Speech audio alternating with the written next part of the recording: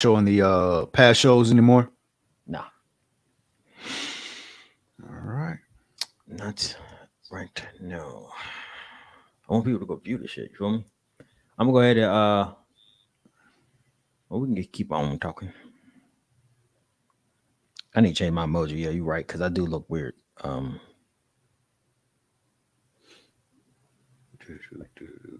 Do.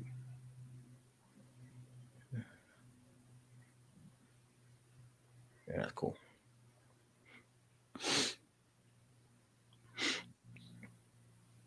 Yeah, I gotta kind of get more deep into it. Oh man, there we go. Boom. That's not a white dude now, right? Yeah, that's a black guy. Oh, I haven't seen it yet. May have to refresh or something. I think you gotta refresh. Yeah. Don't judge me.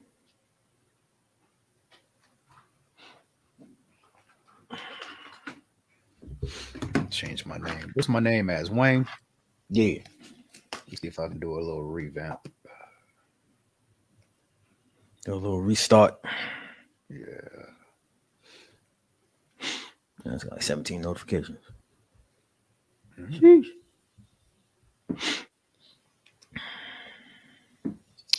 All right, bro. You got the link, right? Yeah, I do. All right. Let me send it out to a couple of my compadres, my mi amigos.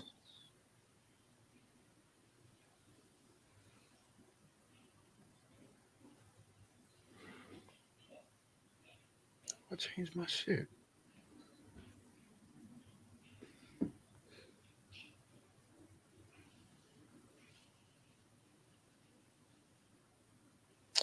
Oh damn! I don't know if I could change my name. What happened? I said I don't know if I could change my name. Oh, no. Hey yo, how do I add it to Instagram? How do you add it to Instagram? Okay. How do I let them know that we're going live on Instagram? On stereo or literally on Instagram? I'm sorry. Just on Instagram. Just let them know that our podcast is going live. Uh, go on Instagram and you have to do a post or a reel or something, Oh, okay. All right. or message people. All right. So same old way then. Yeah.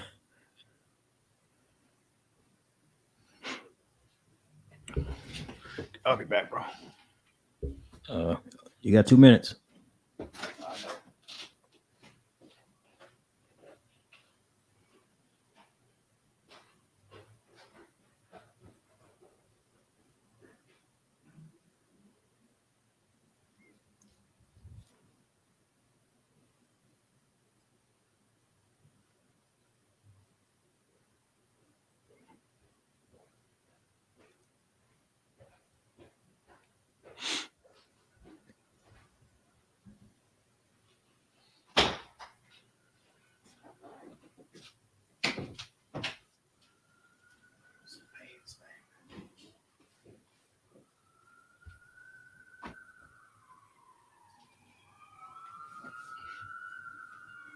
Damn, man, you got 12 coming through?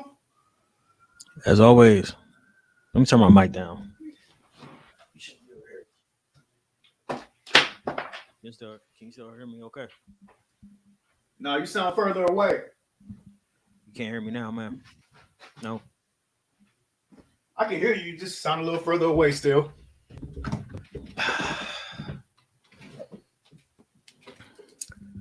What about now?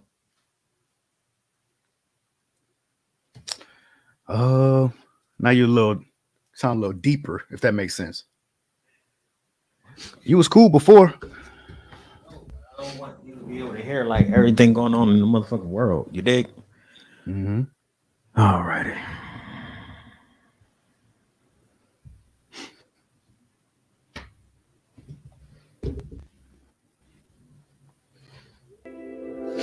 And this little baby joint, this is about him and getting off recently about the dude who jumped over his fence, right?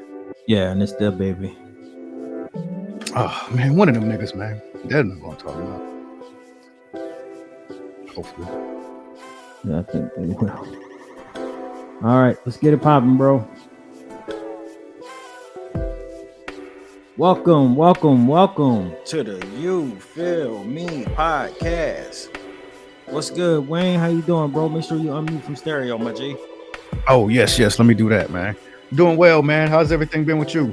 Man, I've been good, man. I'm doing all right. What's going on, Edgy? Happy Saturday. Happy moving out Saturday for you and all of that shit going on. What's going on for everybody, man? So today we're doing something a little bit more different. We actually going ahead and we're live streaming not only on YouTube, but we also doing it on stereo. So there's this app called Stereo, and it's kind of like what's that shit called? Like group chat type joint, Yep. where you can talk to people from all over the world. I'm sorry, the 5 is going around. They looking for me, but they ain't gonna fucking catch me. I don't know what's going on.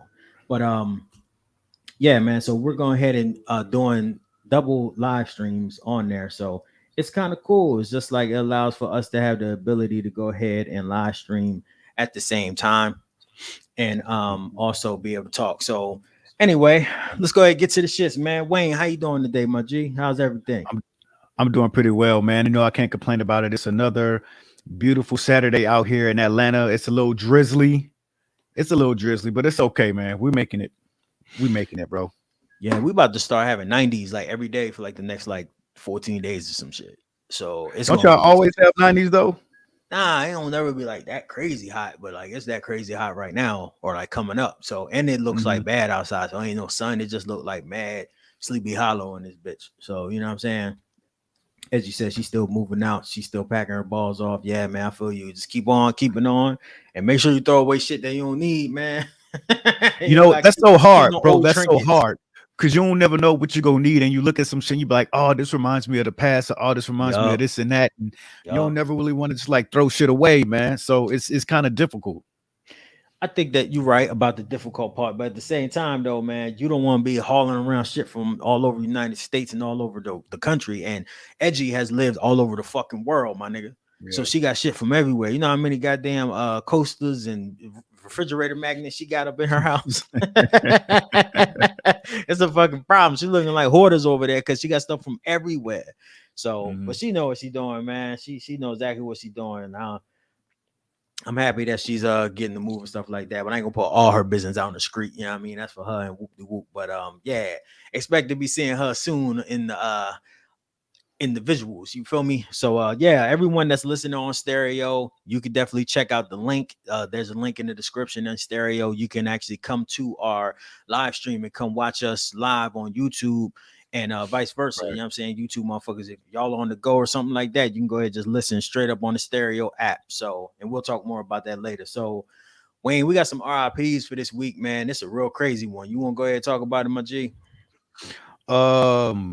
Shit, really the only RIP I really have is Adam Yauch from the Beastie Boys, man. One of the creators and co-founders of the Beastie Boys.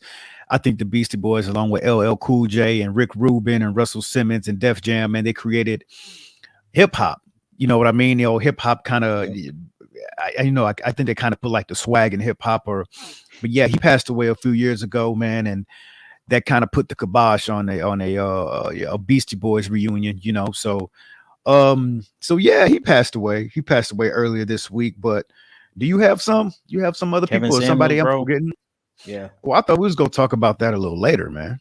I didn't know we was gonna make it like a quick RIP. No. I wanted to actually. I think that's a bigger deal. I mean, yeah, I was gonna show the video and everything. So, yeah, I'll go ahead. I got it. So, yeah, Kevin Samuels, he was a famous YouTube sensation, I would say, that gave like more like he was a self-proclaimed life coach. And what he did was that he was more along the lines of providing just advice to people, and sometimes his advice was really raw. He held a lot of men and women accountable for certain things, and he would say some shit that was really disrespectful to a lot of people. A lot of people was angered about him. But he passed this week. He was 57 years old, and he passed like early morning from cardiac arrest. And if you know anything about how he looks or anything of that nature, he was a very, very, very young person. And the way like he looked healthy, but you know, looks can be deceiving, right? So he passed on, and it was kind of like a shock to everybody. Certainly knowing the type of person that he was and how he just started to get his stardom on YouTube.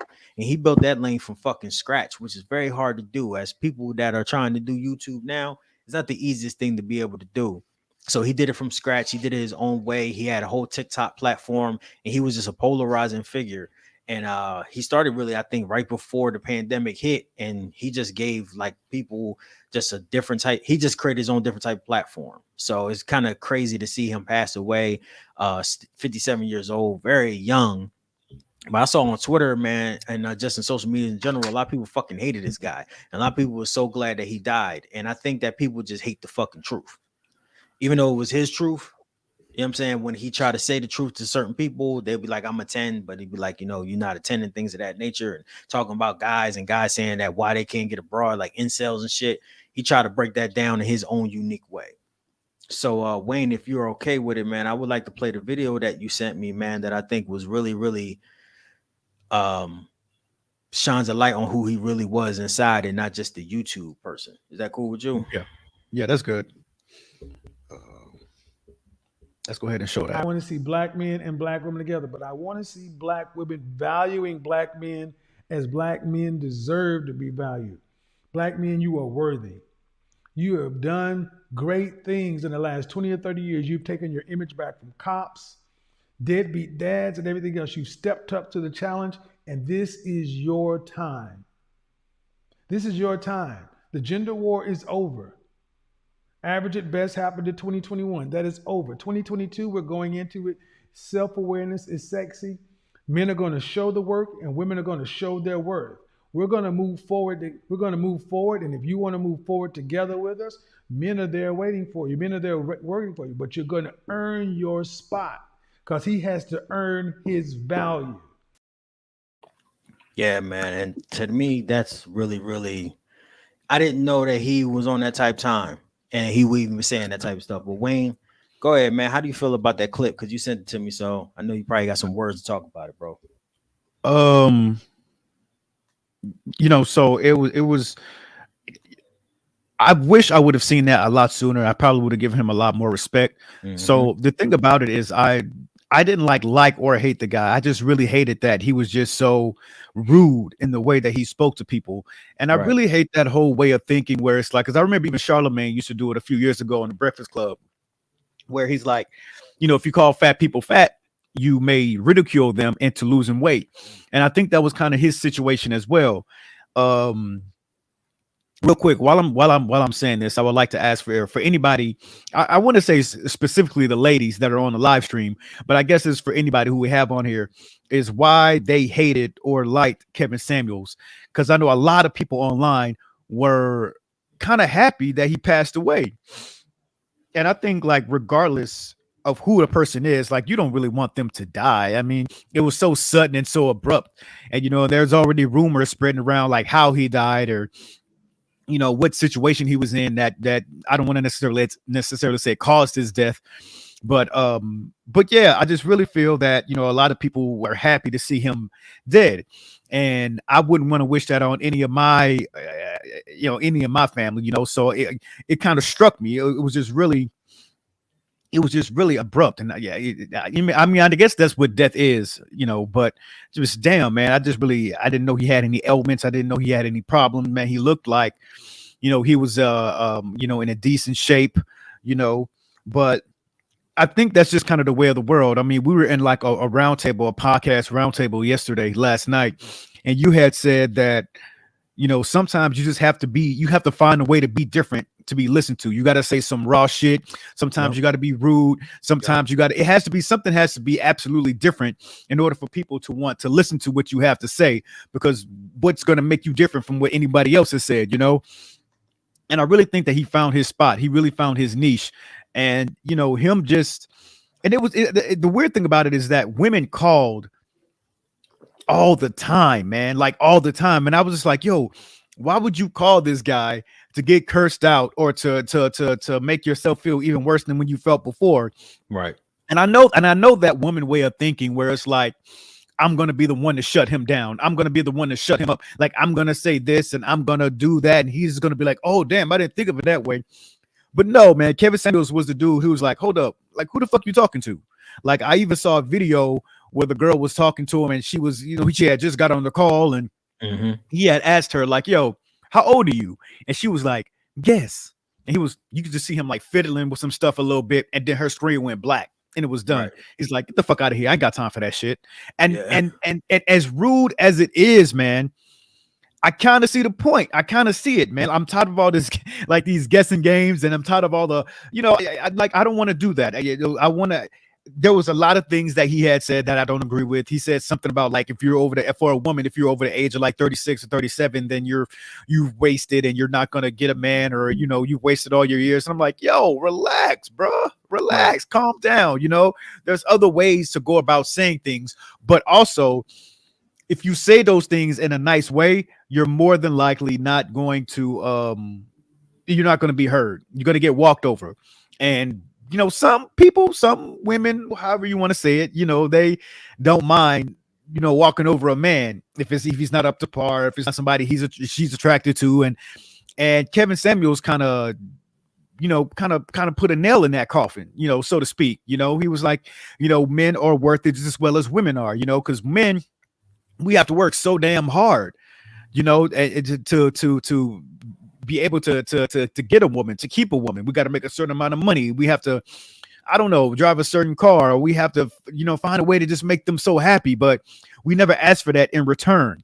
So I kind of understand where he was coming from. And I'm just really surprised that he got such a big voice in such a small amount of time. You know what I mean?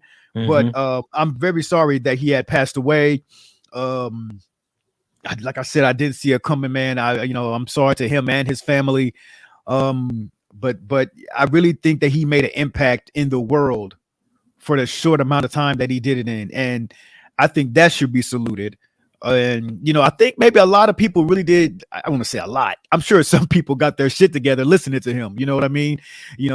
Speaking of a high value man or a high value woman, or everybody has like their top 10s or top 5s, or, like this woman's an 8, Rihanna's a 10, Beyonce's a 9, however the hell you want to say it. So, we've come to the part in the world where we can't say that about women, because it's rude, or they get their feelings hurt, and it's not right, and it's not fair. And I'm like, I completely understand, but we still think it, and there's still some people out there that's like, hey, maybe it is okay to think that way. Maybe it is okay to tell yourself, like, maybe you can't get that certain type of woman or that certain type of man, and he definitely made his impact, man. And I'm very, very sad that he passed away, and not because of the type of person he was, just because he's just a human being living in this world, and he was so young, like you said, 57. He had a lot more life to live, man. So I'm really sorry that he passed away. I don't think that he was a woman hater. I don't know if anybody has said anything on the comments just yet, but I would really love to see what everybody else feels about Kevin Samuels, because this is a really big deal to me, man. A lot of people are just happy, and I think that's a despicable way to think, just a disgusting way to think, Well, if he's an op of yours, then I understand that, right? Fuck that motherfucker. But if he isn't, he was just like a personality, and you can tell he was like, someone that was just online and things of that nature, saying things that you don't agree with, and you like, oh, fuck him, and I'm glad he's dead, and we need less motherfuckers like that. That shit right there is crazy, because I always say this: no one wants to keep it real. No one wants to hear reality, because reality can be crushing to you. Reality could kill you. Reality can make you harm yourself. So who the fuck wants to hear that bullshit? Like, people want to live in their own fantasy land. And I think that when they would call him and he would say certain things, of course, a lot of it was just to be funny, and they were just looking for clout, whatever. But like when he would give people like true, honest advice, they would be very, very, very, very angry and very upset. And I'm just like, well, if you're asking like why I don't have this in my life, and then he's giving you his own answer, why you gonna get upset from what he said? What you expect for him to say? He gonna tell you the truth. I don't know what else to tell you. So, hey, man, it's kind of sad, but it's the truth, man. It's like he would give you his truth. If you didn't fucking believe it, then that's what it is. If you thought that he was angry, leave him alone. If you thought that he hated women, don't fucking talk to him. But the internet saying that they glad he's dead and all that type of shit, that's just people being trolls and people being jerks. Cause they would never say that to like his family in their face. You feel me? So it just lets you know how like people are in general and how fucked up people is in terms of the way that they think and the way that they move and the way that they show support. So that's how I feel about that, man. And yeah, in the comments, man, we could talk about it again a little bit later in the show to see if we can get some more people and really like comment in the comment section. Let us know what you think if like about this shit, because Kevin Samuel, him being, you know, him dying and then people being happy that he's dead because he told his truth when you asked him the truth was fucking nuts to me. Nuts. And we just had a clip about this dude on one of our other shows, one of our other live streams, where he was the one that broke the news, kind of like about the letter. Well, you know, in terms of YouTube broke the news. So Right. Yeah, man, sad. But there's also a void to be filled for that now, and that's what I'm a little afraid of too, because Kevin Samuels, he did what he did very professionally, so to speak. So there's always had a nice suit on, very, very well tailored. So I kind of feel like there's a void that can be there's a void open for that spot to kind of put people in their place, so to speak. But I would like to see it to be like not just women, and I know he went at men sometimes too, but it was mostly the women who called in and just wanted to be. I feel like when you call into a show like that, you want to be talked down to, or you want to hear something that you kind of already know, but maybe you're afraid to say to yourself, Yeah. So yeah, there's that void open there. So I don't want to do anything like that.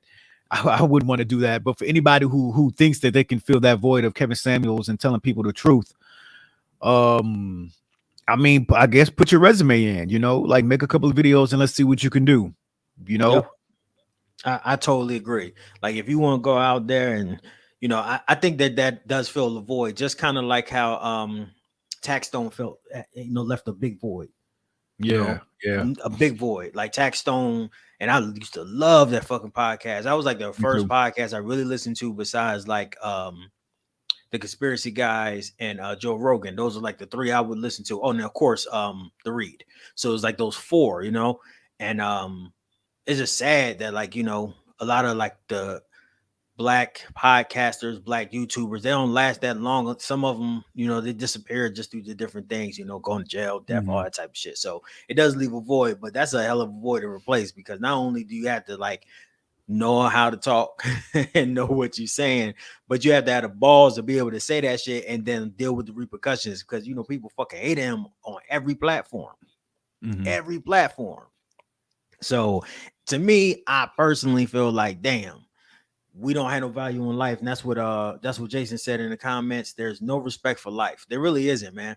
Motherfuckers don't give a shit at all. So, but I know why people felt like that about him. They fucking hated that guy because he kept it real. He kept it real fucking honest. So, all right, man. So you want to go ahead and talk about K-Dot, bro? So yeah, man. K-Dot, Kevin. See, I was about to say Kevin Durant, man, because you said K-Dot. Kendrick Lamar, one of the greatest of all time, if not the greatest of all time, is dropping another album in 6 days, I think. It's supposed to be coming out on the 13th. I think that's next Friday. And it couldn't. Oh shit, that's Friday the 13th, bro. Yeah. Holy shit, I didn't catch that. Yeah. Okay. Oh damn. All right. That makes it even crazier, man. Yeah. So here's my thing, man. I feel like there's 3 days that every Black person should take off of work. And that's Martin Luther King, your birthday, and when Kendrick Lamar drops an album. Right? Because it's gonna take you that damn long, not even like a shift, like an 8-hour shift. It's gonna take you like 8 years to really break down a Kendrick Lamar album. You know what I mean, man? Because, excuse me, it took me ever to catch on to what is it, to pimp a butterfly, you know? Yep. And so now we're hearing with his new album, Mr. Morale and the Big Steppers, it's supposed to be a double album. Right. So you're supposed to have one called Mr. Morale and the other called the Big Steppers. I don't think I have the brain space for a double album from Kendrick Lamar, bro. I don't think no. You know what? I say brain space, bro. I don't think I have the intelligence for a Kendrick Lamar album like that, man. For a double album, Right. it's goddamn. It's and now everybody is dropping recently, and now I got to put everything off because that's another thing. When Kendrick drops, you have to drop everything. It's not like a Drake album where you can like clean the house to, or a Lil Wayne album shit where, like that, party too. yeah, you know what I mean. It's some shit that you got to sit down, maybe go for a nice walk on the beach. Maybe you could sit down in a lawn chair or some shit, or you sit down and lay out in the grass. You got to take like 2 or 3 hours of your life to kind of listen to this and just let it all seep in. Right. And you know, when you listen to an album, there's so many other things that you got to factor in. You got to listen to the production. You got to listen to the boom bats, the tings and this and that of the production, so you won't miss out on, you know, what the story that the producer is trying to tell through the music without the lyrics, you know. And then you have to break down the lyrics and the type of person that Kendrick is. Bro, I don't know if I can do all of that. I don't think I could take a double album. All Eyes on Me, I think, is like the best double album of all time. Also, you have the White Album by the Beatles. You know, Jay tried to do it on Blueprint 2. I didn't really care for it that much. Nas tried to do it. I think it was it Street's Disciple? I can't remember the name of that album. The double album by Nas. That was just okay to me too. Yeah, I think it was Street Disciple. Yeah, it was. I think it was Street Disciple. Yeah. Mm-hmm. You know, every true rapper always tries to do like this double album thing, and Tupac was just the absolute best at it, and nobody else could really kind of mimic that feel, that authenticity. Because even listening to All Eyes on Me, it's an easy listen. It's an easy album to listen to. It's one of those albums that you can ride to. It's one of those albums that you can kind of take a walk to and everything like that. And that's just the type of artist that Tupac was, really, right? But like with Kendrick, man, it's going to be so fucking much that you have to take in. Like, I don't know if you knew this, like he on the song, I think it was Freedom, that the Beyonce song Freedom, that's on the Lemonade album, I think. Man, he just the way he fucking breaks down his whole like 16 bars on that is incredibly phenomenal. And it's not just the lyricism, it's the how he does it, you know. So now you're talking about 2 albums. One is going to be about one thing, you know what I mean? And then the Big Steppers is because, you know, he always comes like with like a gospel type album, and it's going to be so weird, man. It's going to be so weird, and I don't think I have the time for it. Like, nigga, I got a 3-year-old son. You know what I mean? I'm trying to raise him, and now you're telling me that I got to take this whole fucking album in. And then on Friday the 13th, when I'm just now getting it, it's going to be so weird. The photo he also had a book in his hand, so maybe he's coming out with a book as well, something that he's written for it. So that seems kind of cool too. And the kind of person I am, like, I'm a huge Kendrick fan, like I'm a huge M fan, you know. Right. So I'm going to listen to it. I'm going to listen to it for ages and years to come. I've actually started listening to his whole discography recently, so I can get prepared for this album, you know. But how do you feel about it, man? I feel like I'm going on another rant or another tangent about it. But how do you feel about it? What do you think is going to be? What do you want it to be? What do you prepare for? How much time do you have to actually take down to listen to it? Like, what are your thoughts on everything? So when it comes to this album, I'm not gonna listen to it. So I'm creating my album. So no disrespect to K Dot. I've said that he is my favorite rapper. Or not my favorite rapper, but he is the #1 rapper of all time in my top 5 list, because I feel like K Dot is every artist put into one. He's Busta Rhymes, Eminem, he's Redman, he's the entire Wu-Tang Clan, he's NWA, he's Nipsey Hussle. He has all of those elements within this one dude from Compton. So to me, I think he's #1 out of everybody of all time. But I'm not listening to this fucking album until I get done with my shit, because I don't want to get any influence from him, because as me having so much respect for him, not just musically, but bar wise and the way that he put together songs and concepts, I don't want anybody to confuse that I'm stealing his swag or his fucking shit, because I never want that to happen. I'm my own motherfucking artist, right? K-Dot's his own artist. And, you know, we all like kind of tweak and get a little bit from each other, but I'm not listening to the shit. That's the first thing. Second thing is, if I can get 2 albums full of K-Dot, since he is so inactive, I'm gonna take it. And I know that he is the type of person that he wants you to sit with some shit. He don't want you to just, consume it like we consume everything within like 30-second sound bites. He wants you to listen to the shit. If you want to listen to something like that's really simple and you can like piecemeal it, you can listen to Future's new album that just came out. You know what I'm saying? Banging ass beats, whoop de whoop de whoop. You can listen to it driving down the road, boom. But K Dot, you need to really like sit with him. And I feel like you can do that over the span of 6 months, how we used to listen to music. Because you used to sit the fuck there and be able to listen to an album forever and be like, yo, like I'm still like listening to like this Blueprint. Like I'm still listening to this motherfucking Illmatic or this Stillmatic, or I'm still listening to 36 Chambers, or I'm still listening to CNN's War Report. Like I'm still sitting with this shit. Like you playing this shit all the time. So I feel like you could do that with K Dot. And if he's giving you 2 albums and a book, man, that's just like, I don't really, once I get done with my shit, then I can sit and listen to him, and that's all I need. Maybe if J. Cole drop again, boom. But I don't need to listen to nobody else. And I feel like he hasn't made an album in years. So he probably has that much work, and he probably wants to get it all out so TDE doesn't have no more records of his since he's leaving TDE. And so I feel like So that motherfucker, yeah. I really wish that you would kind of change your mindset on that. I totally understand why you don't listen while you're making your own album. I don't know how far along you are on your album or how much longer you're gonna have to create, but you're missing out. Like you're missing out on Pusha T, and actually Jack Harlow album ain't really that bad. I was listening to it this morning. I'm like, this shit is kind of cool. It's real. Jack Harlow can spit, so I assume that he would have like a good album. When I get done with like my shit, I can sit there and listen to everybody's stuff, and I do that, and it's not that hard. Like, but K-Dot, I know he makes very complex albums, so it's not really that hard. But I just took that stance because I'm the type of person that I could listen to something, and I can like my flow and cadence, I will start to catch what they're doing, and I'll be like, man, that shit is dope. And then next thing I know, I have a song that sounds like that, and I fucking hate that shit. I hate that shit. Like, so no, I don't want to do that shit. And I know that music ain't going nowhere. I ain't gonna fucking forget. I'll never forget about Pusha T. And I damn sure ain't gonna forget about K-Dot, because K-Dot is the GOAT. So, you know, hey, you miss a playoff game or some shit like that, you miss a football game, you go watch the highlights. I feel like it's the exact same thing, my G. The same fucking thing. So what are you kind of what are you kind of expecting from this album? Whenever you do listen to it, like in your mind, when you hear Mr. Morale and the Big Steppers, like what do you expect to hear from it? I feel like I'm gonna hear like him battling with both sides of himself. So from where he's from and him wanting to make like more gangster music and things of that nature, because that's probably what he grew up listening to, right?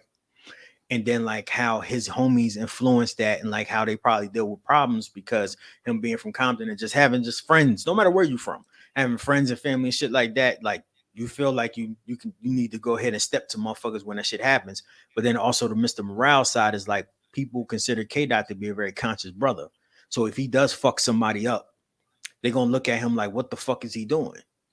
And it's like that, it's that constant battle of being a black man as well, right? Where like if you have any little success or you have a good job, everyone tells you don't fuck it up with the streets. Don't let the streets trip you.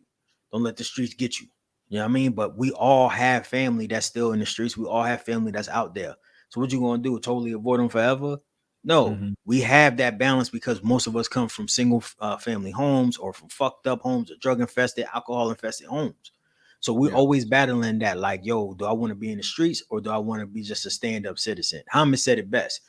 I had to choose from being family man or boogeyman. You know what I'm saying? He said I had to pick one. That's exactly what I think this album is about. Him battling with those issues. And he's still battling with it, even though he's a multi-millionaire platinum selling artist. He still deals with those problems. So that's what I think the album's about. What do you think the album's about? I wanted something a little different than that because I feel like that's what Damn was. You know, he was speaking a lot about it in To Pimp a Butterfly, how he, you know, it's hard for him to leave the streets or he gets back to the streets, and people don't necessarily put him in drama or in danger. They try to keep him away from that because they know how important he is to Compton and to hip hop, you know. But he still has those demons, his own, I guess, self-created demons inside of him that he still wants to speak about. I feel like he did a lot of that on To Pimp a Butterfly, and I, now I want to sound rude or ugly, but I kind of feel like it should be left at that. You know what I mean? Yeah. Because you're just gonna speak more on it. If Mr. Morale is gonna be kind of in that same vein, it's gonna be kind of the same thing, you know. But I'm more than sure he has more stories to tell. I'm more than sure that he has more things that has happened to him that Right. he has to get off of his chest. I remember in To Pimp a Butterfly, he was speaking about how, you know, he left the city to go on tour and to become as big a rapper as he is now. And he comes back and his 16-year-old sister is pregnant. And he's Wow. like, oh shit, like maybe if I were here, I could have stopped that. You know, and I know it's shit like that that eats up inside of him. And he's such an open person that he tells everybody his whole life story, but you have to decipher it in a way, in a sense. You know what I mean? And then you had Damn. I personally believe like I feel like Damn was like a story of life, you know, and that's why, you know, I don't know if you heard that rumor of Damn was about, if you listen to it forwards and backwards, it's kind of the same story. You know what I mean? Both ways, I yeah. feel like listening to it from beginning to end is life and death. And I feel like listening to it from the end to the beginning is, I guess, life after death, kind of, you know. But I feel like the album in a whole was more so about life, you know, and the things that you're going to be going through in life. And I believe just for me is why he called the album Damn, because shit, what's the one word that you say all throughout life? You open up a bill and you're like, damn. You know, you get a call, your girl say, I want to talk to you about something. You like, damn. You know, like all life is just one big damn. You know what I mean? Mhm. So Mr. Morale and the Big Steppers, man, I kind of see where you're coming from, and more so, it may be about that, about how he's handling his paper, how he's handling the fame, how he's handling being in the fucking Super Bowl. You know what I mean? With Dr. Dre and Eminem and Snoop, like bro, you next up. You in there with them, man. Like, how am I supposed to handle this and stay on for Compton and keep a level head and like stop, you know, keep my mom, my dad, and my family cool? Like, this shit is toppling on top of him, you know, and the only way he could do it is get this shit out of his heart and onto record, man. I think he's already done that, right? But Yes, yeah. I'm thinking this is gonna be more like an album about, like, you know, universally, like all of us. So it's more like not just from his perspective, but from like the world's perspective. But I don't know. It might just be 8 tracks. It might be 10. It might be 12. I kind of don't give a fuck. I don't think that he can make a bad album. Everyone can, right? If you in a certain circumstance, and he is leaving TDE. That's the only thing that kind of scares me, is like, yo, he's leaving TDE. So it's just like, that has been like the staple of like conscious dope hip hop for a long time, 10 years plus. So the fact that that's changing like that and shit like that, man, that's just weird. So we're gonna see. I want to get to the comments though, because I'm Yeah, kind of that's like, please do. first of all, to everyone that's on here, Chi Chi said it first. Happy Mother's Day, man. Like for real. To all the mothers, to homage to your wife, you know what I'm saying? I don't have any kids yet, but you know, to my mom, to my sisters, to everyone that has children, man, happy Mother's Day for real, for real. And thank y'all. You know, Being a mother is an extraordinarily tough job, man. I've seen my mother do it. I've seen, you know, all my friends' moms do it, you know, and I know it's the toughest job in the world. And being a black mother is even tougher, bro. Like, you can't even put into words how tough it is being a black woman in America, let alone having to raise like a little black boy or a little black girl in this country and letting them know that they can be whatever they want to be, but still seeing like the atrocities that's happening to us, you know. And you got to send your kid out there every single day and hope that they come back safe. So like being a mother is a tough job, and I just want to salute and thank all the mothers out there.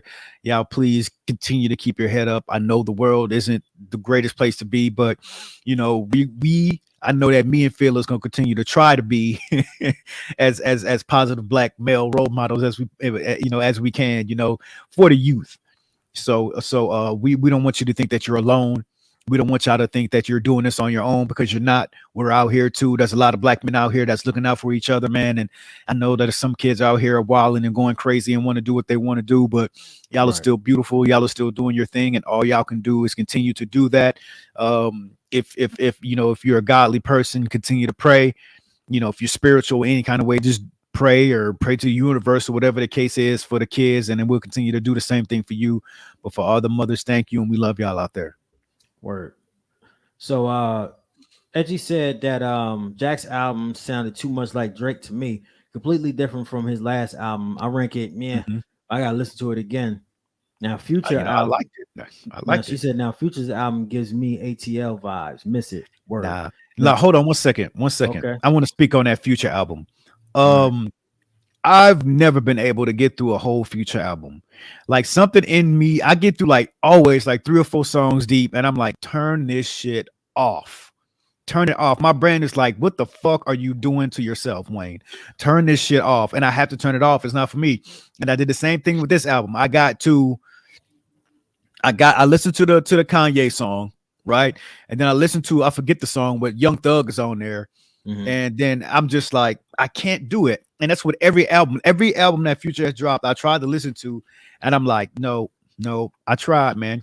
I got my songs. I love March Madness. I like Fuck Up Some Commas. I like, a lot of tracks, but I just can't get down with a full album from Future, bro. It's just not for me. But y'all go off, man. Y'all do that. And Jack Harlow's album was pretty dope to me, man. I really didn't study his first album like that, but I can understand what people say, like he's like a white Drake, and I get that, but I still think it's a real cool, real smooth album, man. It's real dope. All right. So Hamid said Twitter not feeling Jack no more. And I Yeah. feel like, that's what happens, man, when you become a superstar and like Mhm. you grind and you grind and you grind and you grind. You see it all the time where it's like these artists, man, they get to that point where it's like, now he on TV, now he on, he had the NBA playoffs, watching motherfuckers play, and people are starting to notice him, and he's gonna be in a movie and shit like that. So now he's in LA, and it's like, yo, like that's a lot going on. Like now you're a corporate entity. And Yeah. we was talking about this like kind of like yesterday when we was talking about like the podcast world when we did the tavern with Yeah. all like with Ghosts and Third Eye podcast and the Big Dumb podcast and Cosmic Peach podcast when we were talking with them yesterday. And you can subscribe to the Third Eye podcast and all those podcasts, the Big Dummy podcast and the Cosmic Peach podcast. Subscribe to those folks because they, cool. But anyway, when we Good was people. talking about They're all that, good yeah, people. they good people. We was talking about that yesterday, man. They was just like they have their own beef in their own podcast world, and people become like the gatekeepers. Now, Jack Mhm. Harlow is one of those motherfuckers. Even though he's new, he's a white guy that can rap that looks like just a regular old dude, but he got bars. That shit is very marketable. You can do a lot with that boy, a lot. So imagine that, man. Imagine having that. So of course your music might suffer if you're not in that realm in that space. And I think that's why K-Dot's like the best because he really don't do a lot of that corporate shit like that. He do a little bit, but not much. Most of his focus is on his music and his other little art endeavors. But I don't know. I do not know what's Real going on with quick, that nigga Phyllis. album. Real quick, double check your stereo. Make sure that your sound is on. Yeah, it's on. Okay, cool. Go ahead with the what the other comments say then, bro. So Edgy said all his albums is one album. Yeah, and that's the thing, Wayne. Like, I think that it's more along the lines of like you trying to listen to his album by just listening to it. Me, I think it's more like something that you experience, right? You talking about Future? And yeah, so if you don't like have like that basic understanding of kind of like what he's talking about or have seen it before or like that's like something that like intrigues you, then yeah, you would listen to his shit and be like, this is garbage. And it just goes over your head and you like, this is trash. And just like, I understand where you're coming from. But if you like was a person like myself, I guess Edgy, Edgy definitely was too, like, kind of like club rats for a long time or like outside like that and doing like the drugs and shit and like wearing all the chains and like just being in that environment and like really experiencing like that gritty ass part of like Atlanta and seeing all Mhm. that shit and like being in the bluffs and being like we lived in East Point and like living like in the basically the fucking trap. You got bloods outside, gambling in front of your apartment, like shit like that. You know what I mean? Seeing shootouts and shit like that, getting in, fights and shit like that. All of that shit is what Future kind of talks about. He talks about all of that. And it relates to us because that's like what we were listening to when we first got down to Atlanta. And I mean, that's that connection of like, okay, I experienced some of what he's talking about, right? And observe the rest of it. So when I hear it, it's just like, yo, I can relate with this. And it's like the music of the city, of like the real city of Atlanta. So that's why I think like we like, yo, we fucks with this shit heavy. Gotcha. And he's not like, you know, of course he's not the best rapper, all of that shit, but like just in terms of just like music wise and like him having music that you could just blast out to and just ride out to and do whatever the fuck you want to do to and play in the club. I don't think a lot of people fuck with like the Baby, Lil Baby, Future like that. All them motherfuckers, they're really good at that shit. They're really, really good. But it's something that you just have to experience to be able to appreciate it. So that's just my personal opinion. So also Hamid said Bland Boy 3 is coming out 7/29/2022. So yeah, we want to talk about that, bro. And yeah, when that album come out, man, we're gonna do something special for like the live stream and all that type of shit. So yeah, bro, we're gonna do all of that. So we'll be talking about that. Thank you for letting us know because you're giving us a hell of a lot of time to prepare. So that's even better. So word. When are you Fearless? When are you have you set a release date for your album yet, or how close are you to being finished? I haven't set a release date for my shit yet because I don't know if I'm going to. I don't know. It's been like that transition period where I'm just like, is it better for me to spend all the money on just promoting singular songs and trying to get like a song on like, you know, like these different platforms and like connect with these artists? Or is it better just to drop a whole album that I have to promote the whole fucking thing? So I'm looking at it from like, what is the best way to do it? Because the album's basically done. Dexter is starting to do all the mix down and shit like that. And I'm just sending them, you know, sending it out. So the recording is done. I just need features and shit like that and just get the features done. So I just feel like, man, I don't know. I'm like, if I drop a whole album, that's fine. But like, I can really promote like each song independently as well. And that's a lot of money, like to do like a real video and shit like that and do like real promotions and throw like $5,000, $6,000, $7,000 behind a song and really promote it to get it out there, you know? So I'm just dealing with that in my mind and exactly what I want to do.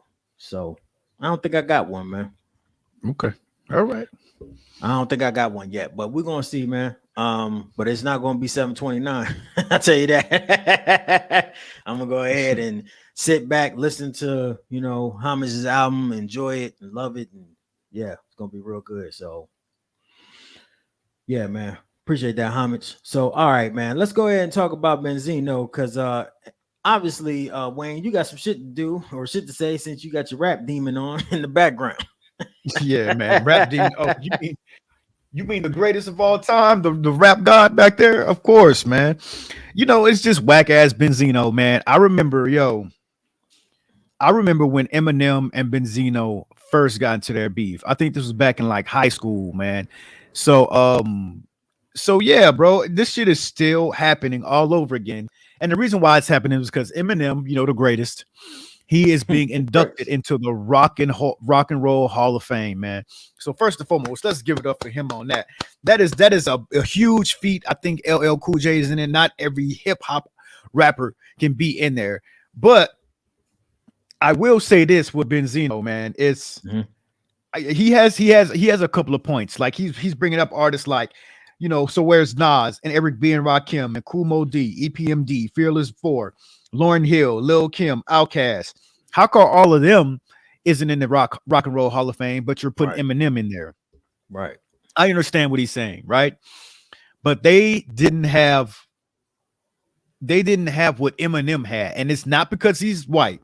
It's not just because Eminem is a Caucasian male. Eminem put like the whole world on lock when he around 2000, 2001 when he dropped the Marshall Mathers LP. Yeah. When he dropped the Marshall Mathers LP, he put the whole game. It was just like in a tizzy. You know, everybody was just shocking all. They were clutching their pearls. You know what I mean? And Eminem, he just had like the craziest shit in the world to always say. It wasn't always just about him wanting to kill his mother or talking about Kim, his wife or ex-wife or whoever she is, you know. It was his lyricism as well. His lyricism was off the charts, off the meter. So even if he was talking about some crazy ass shit, it was still lyrically doper than what anybody else was putting out at that time. So I know a lot of people like to say that they didn't really feel Eminem's music like he was never talking about what I wanted to talk about or the life that I was living. And I completely understand that. You know, you had Jay-Z who was talking about the big pimping at the time. You know what I mean? Jay-Z had the game, I guess, for like black artists. He had the game on lock for a little bit too, you know. But there was no second guessing that Eminem was the problem. He was a white man, so that means that he was speaking, you know, a lot more white kids will go to the store and buy his albums, you know, so that drew them in, right? So whatever it was that he was talking about, you know, parents didn't know. They just knew like, oh, you got an album with a parental advisory sticker. And then they put it in and listen to it, and he's talking about all this crazy ass shit like, you don't want to fuck with Shady will fucking kill you. Nigga, that was a hook. That was a hook on a song called Kill You on the Marshall Mathers LP, man. I just listened to that album last week, man, and it's still phenomenal.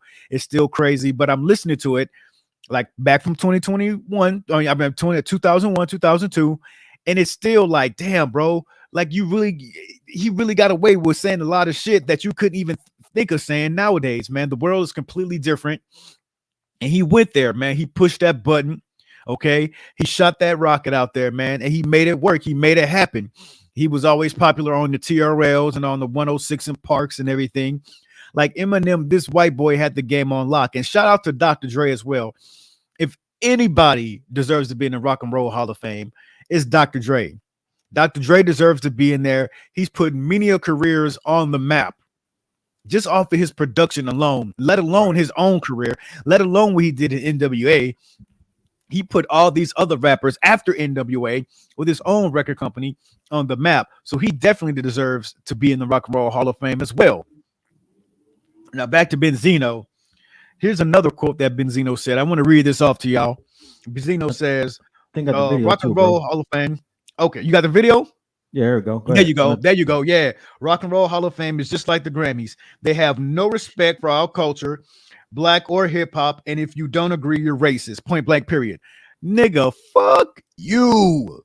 Who the fuck? I'm so sick of these gatekeepers, so to speak, thinking they know what they're talking about, saying like this is what it's gonna be, and you need to think that too. Nigga, you need to stop trying to go at Eminem and go find your fucking neck, my guy. He tried so hard to try to create his own little career. Lo and behold, your daughter comes out a few years ago and does like 10 times better than you, man. How does that shit make you feel, bro? It'd be different if you had a career, but you fucked up on the Source. You fucked that up. The greatest magazine, the greatest hip hop magazine of all time. You messed that up, tried to go over your own career, and you shitted on it. I remember when they first had this battle.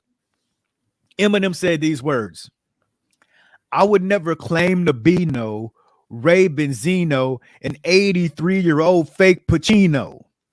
You know, like, nigga, you're not on the level. You're not on the level of all these other hip hop artists, man. Go back to loving hip hop. Go make your paper. Go get you a bionic neck, my guy. This ain't for you, man. You'll never be in the Rock and Roll Hall of Fame, man. You're still trying to go at this guy. And I don't know if Eminem has something coming out soon. Like, I don't know if M has anything coming out soon. If he's still in that diss mode. Because usually, like back in the day, like Eminem wouldn't have stood for this, bro. He would have went in the studio and made some crazy ass shit going after people, right? Maybe he's matured. I don't know, right? But my thing is, you know, it's good for him if he has. It's good that he's going into the Rock and Roll Hall of Fame. The dude is arguably one of the best musicians, artists, hip hop artists of all time. Right. Of all time. And you can't take that away from him. You can't, man. Like white or black, like you can get as mad as you want to. You can say all the excuses in the world. He's allowed to say all this shit because he's white. No, he's allowed to say that shit because he did. And all the black people were always afraid to say the shit that Eminem said because either they didn't want to or they didn't think to, or they were afraid that the community will come down on him. The community came down on Eminem, and guess what? He still fucking did it. And now he's one of the best artists of all time because of it. All right. My rant is over. It's done. I apologize. Phyllis, how do you feel, bro? Yeah, I kind of feel where Benzino's coming from. Sorry. Yeah, EPMD, Rakim, KRS-One, Nas, Kanye, shit, Drake, Hove. I think Hove might be in it. I don't know yet. There's a lot of artists that deserve it. And Eminem deserves it as well. But I don't think that we should be using the Rock and Roll Hall of Fame as our catalyst for like being like, yo, this is the greatest hip hop artist. Like this is another example of us having our own shit and like having our own like hip hop like museum type thing like they do in Cleveland. Because when I think, rock and roll, it kind of should be more focused on that.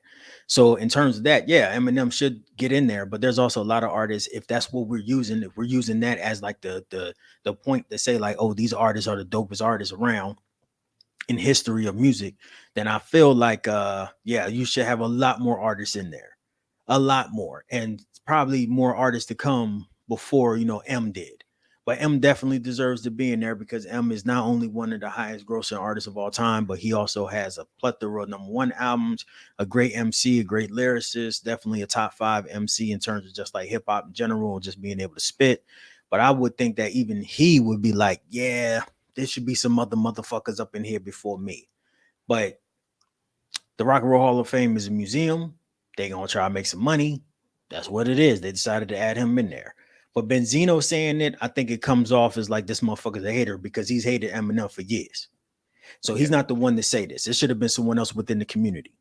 And like I said, if Eminem was vocal on Twitter, Eminem probably be like, yeah, you're right, but fuck you. And he's right. Because, yes, all right, there's just other artists that paved the way more than M did. There's artists that did so much for hip hop. But we have our own, I think we do have our own hip hop museum. It's not as big as the Rock and Roll Hall of Fame and all that bullshit, but we have our own shit. And if we don't, we need to. Because there's a lot of MCs that did a lot for fucking hip hop. Cool Mo D, all them motherfuckers, LL Cool J. M would definitely say that, but LL Cool J is in the Rock and Roll Hall of Fame. But there's just a lot of other artists too. And that's just my take on it. Came from the wrong person, killed the messenger a little bit on this one, but the message, I ain't saying that he's fucking wrong. I'm not. But I know that Benzino hates Eminem. And even though they supposedly squashed the beef, yeah, whatever. He hates that motherfucker. And that's just what it is. Okay.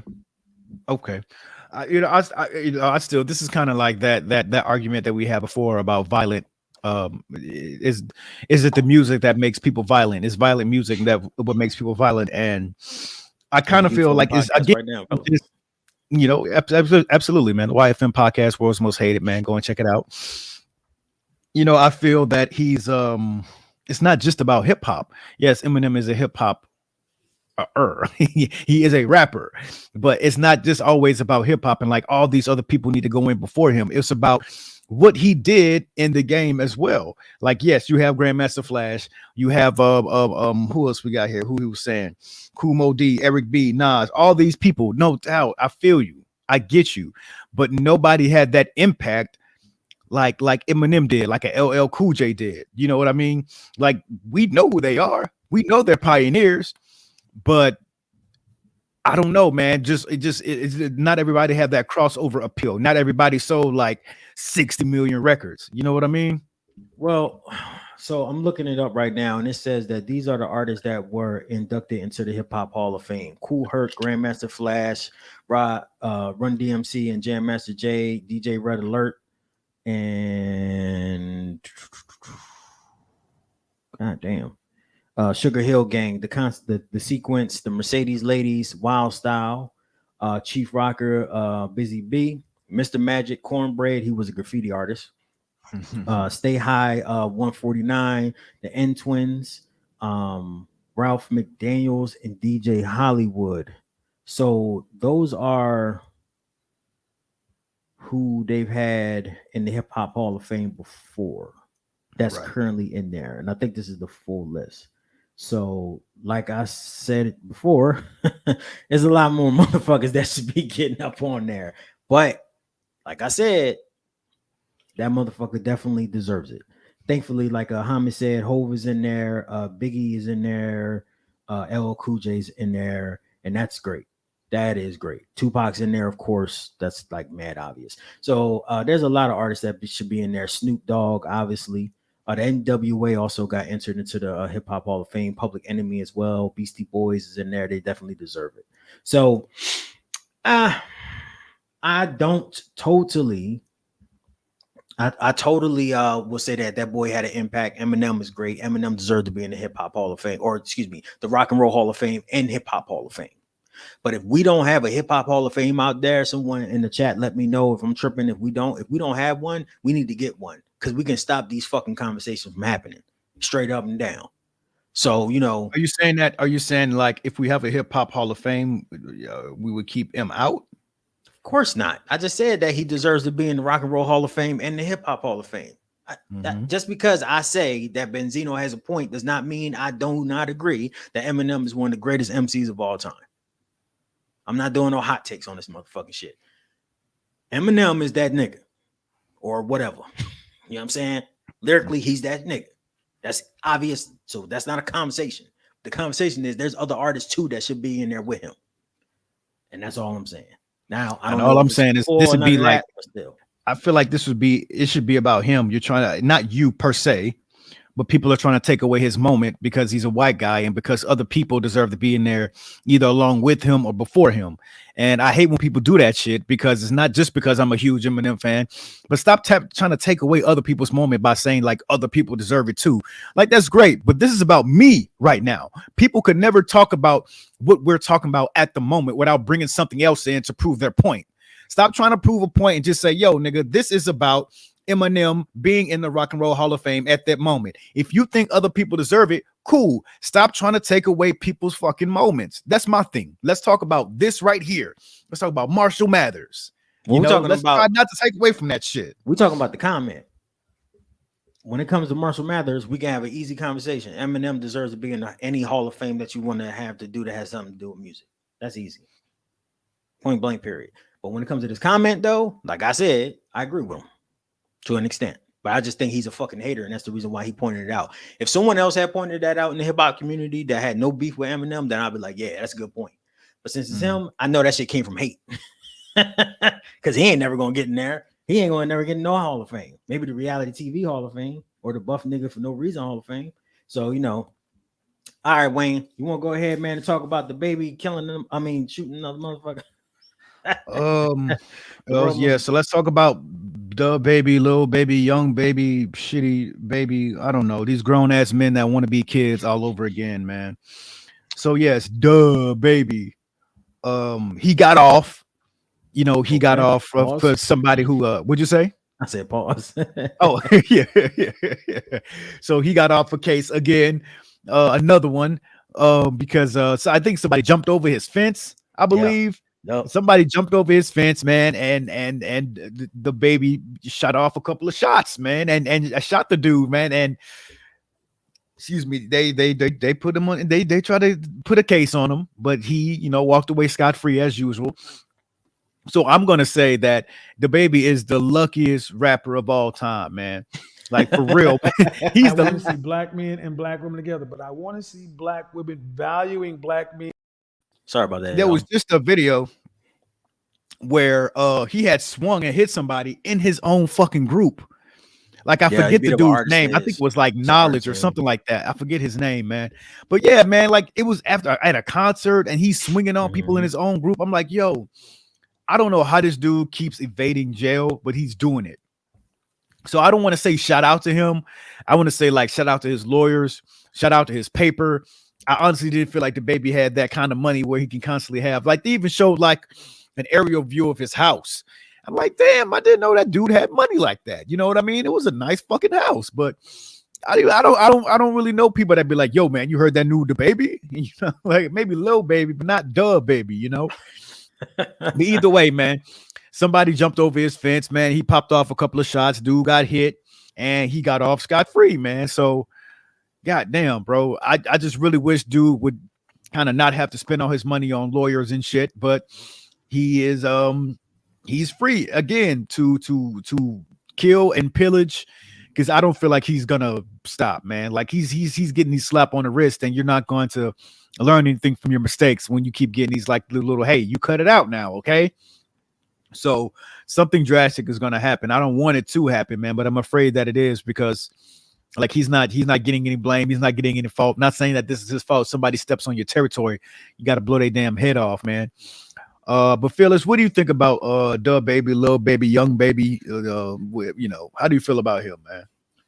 I feel like people are kind of funny to keep like fucking with this dude. Yeah.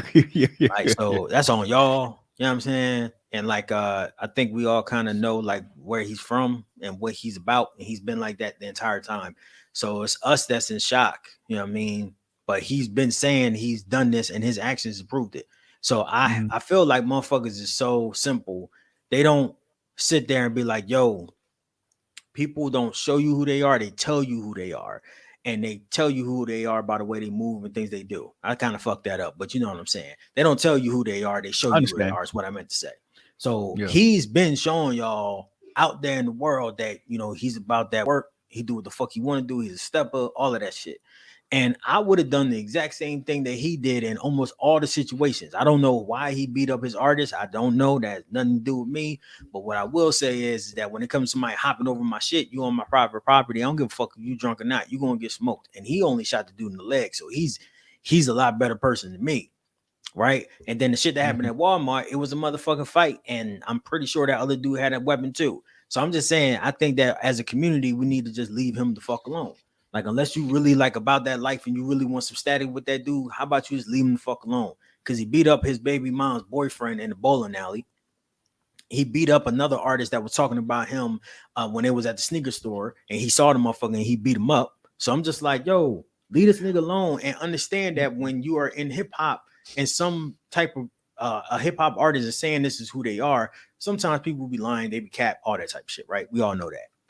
But you might want to just go ahead and be like, yo, if we're going to make hip hop music the most popular music in the world, yes, some people are going to come into the game that are very fucking violent and they don't give a fuck about nothing. And they only caring about them and they don't give a shit about y'all.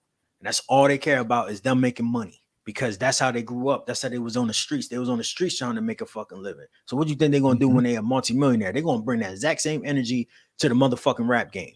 And this shit has been going on in hip hop forever. It's just now that we in this technology age where you can see it all. But there's been backroom fights. So doesn't that mean you should try not to do it? I don't think that he's been in the wrong in any situation though. A fight is a fight. What about the Walmart situation? Like no one knows for sure if that dude had a. No one knows for sure if that dude had a gun on him. So that may not be a reason to kill someone though. But that's not. But okay, so that's not a reason to kill someone. But this is someone that literally you had beef with. What you want to do? Be passive about it and just take the shot so you can get shot. And this has nothing to do with the music. I don't know what the fuck that had to do with, but I know that was before we knew who he was like that. That was when he was still bubbling up. I don't know what that situation was. But I'm pretty sure it was on some street shit. And that shit, whatever happens in the streets stays in the streets. That's just what it is. And I'm not going to label him a fucking psycho murderer or a psycho aggressive person. But maybe the way that he handled problems is not by talking like 99% of motherfuckers out here do. Maybe he handled his shit like a man and he just steps up in his own way. You know what I'm saying? You can talk it out, all that type of shit. That's the best way to do it. But he handled his shit a different way. And that's obvious by the way he moved. So I just think everybody need to leave him the fuck alone. Like if you don't want him to be out here saying his mind and speaking his mind and you hate what he says, leave him alone and don't subscribe to his shit. Because obviously he rocking his own particular type of way. And I can't get mad at a motherfucker for being their own individual self. Certainly after he continues to tell you in his music and his actions. And now we like appalled. No, he's going to kill a motherfucker if they step to him. He has bodies. I don't know, man. Maybe I'm just I'm not a street guy, obviously. So I don't know, man. Not everything has to end in murder. You know, I mean, not all of it is. There's only been one murder that we know of in a shooting, and most of it's been fights. It's not bad if you think. The nigga's always fighting though. He's always fighting.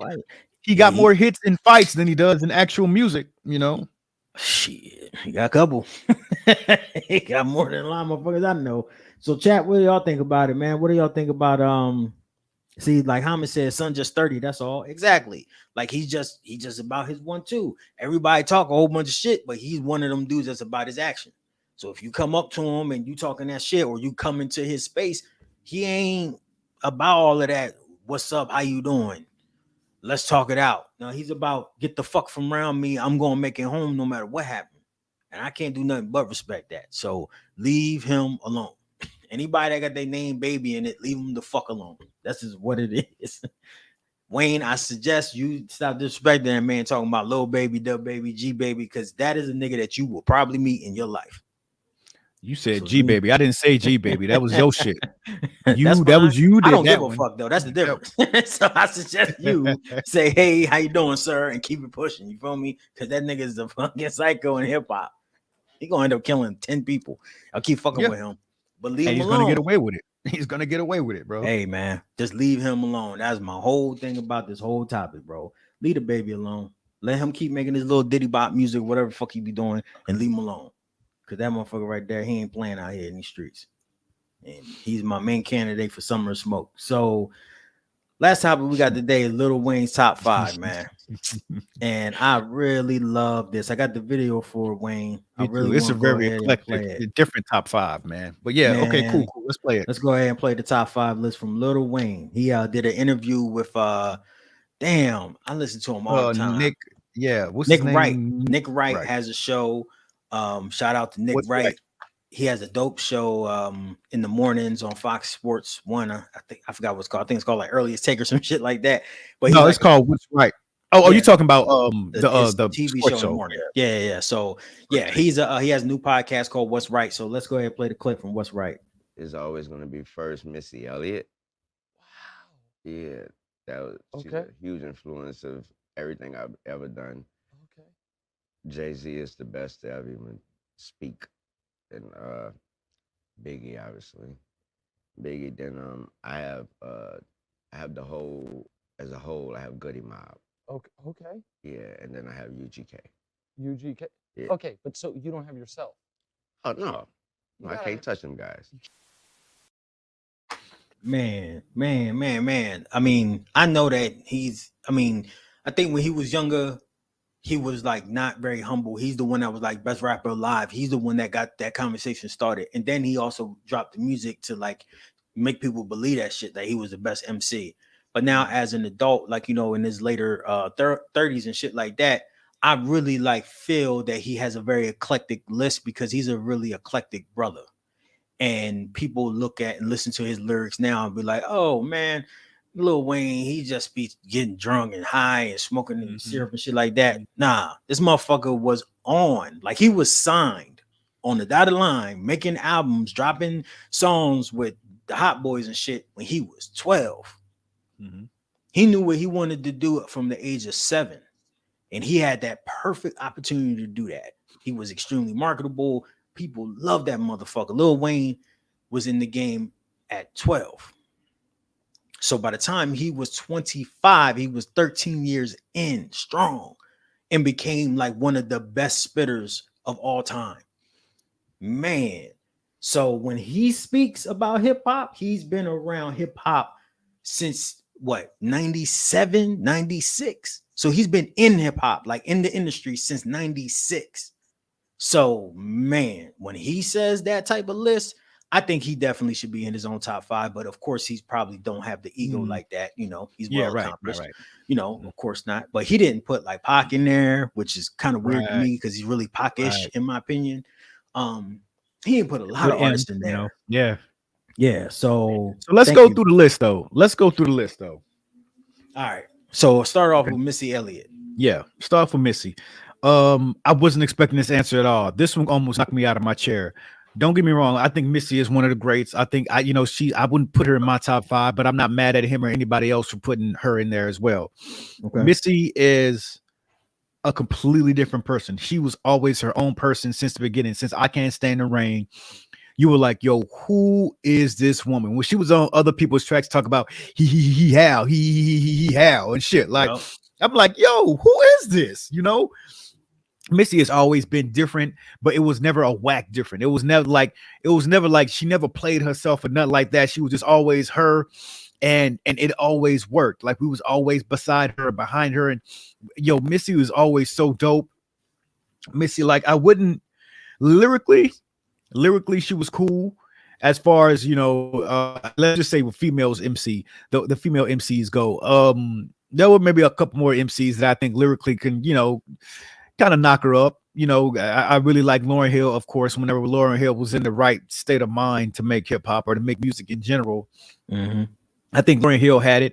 I really love the Brat. One of my favorite songs by Missy Elliott is the one with the Brat. What's it? Sock It To Me. My God. My God. I think the Brat killed that joint. I think Timbaland killed that beat, and Missy did her. Oh, it was such a great song, man. Anytime that song comes on, I'm like, hey, yo, y'all niggas shut up. We listen to this shit straight the fuck up like that, you know. So Missy is one of the greats. Nobody can ever mimic her or because if you do, like, bro, we gonna know that you're trying to, you know, jock Missy style, man. And we're not gonna stand for that. But Missy is definitely one of the dopest rappers, one of the dopest visionaries, you know, in the game. So I definitely see where he's coming from when he says, like, she's one of the greats. She's inspiring. Yep. She's an inspiring artist, you know. So I can see where a lot of him came from her. So how do you feel though? Man, Missy, that was back when, like, you was really, really, really, really unique. Like, you had to be unique in hip hop. And I think it's because of who they listen to, and like who like Missy grew up listening to and shit like that. It was just like a different type of style. And when you break down like her lyrics, if you just like pull up like a lyric sheet of hers and just like forget the beats and all that fun stuff, which of course she just always had slamming beats because she was fucking with Timbaland and them, Magoo and all that shit. When you listen to, like, you know what I'm saying? When you listen, like, look at her lyrics, man, she was nasty and she knew how to make hits. And I keep saying this, and it's something that kind of starting to get on my last nerve, is how us as artists and us as hip hop like community don't respect the fucking hits and like understand that it's not all about money. It's very rare to have a hit song and like do it correctly. And it's something that you have to study to do. But some people are just lucky enough to just have the talent to do it. And Missy did. Missy could make a hit anytime she feel like it. Because she almost had hits. I think she had a hit in every decade up to now. She hasn't had one in the 2020s, but you never know when she's going to drop. So I respect him saying that she is so like influential to him because he wanted to be different and she was different. Like she was different, like Busta was different, and like how Wu-Tang was different, and how Onyx was different, and how Mobb Deep was different, and how CNN was different. Like you had to be fucking different when you came out in hip hop. Now everyone sounds the fucking same.